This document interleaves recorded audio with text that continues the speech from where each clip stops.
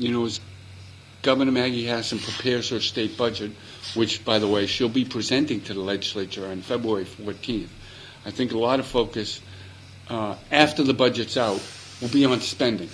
What spending is in, what spending is out. Is there more money for higher education?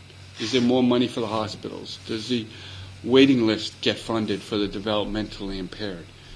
But right now, the focus really is on revenues, because that's one of the biggest issues that could come into controversy when she first brings out this budget. Why do I say that? Well, revenues will drive this budget. If Governor Hassan is more optimistic than others and predicts that revenues growth from existing taxes and fees is in the 3 or 4% a year kind of increase, that would provide her as much as $150 to $200 million more in spending that she could do.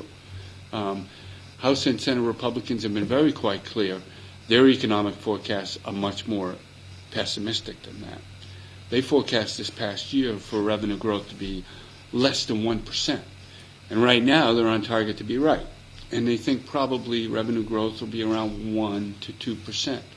What was interesting in this past week is the New Hampshire Center for Public Policy Studies essentially came in between those kind of variables, between 1% and 2% a year, and a little higher than 2% in the second year.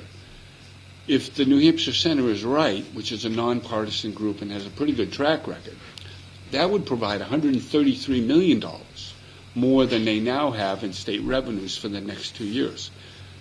That's not quite as much as Governor Hassan would like to have, but as Administrative Services Commissioner Linda Hodgson said last week, any extra amount is better than nothing. And they were initially looking internally at around $100 million more about a month ago. So $133 million more gives you that $33 million more to play with. We'll know in a couple of weeks where Governor Hassan is thinking, but revenues and the forecast for economic growth are going to play a big part in how this budget is put together.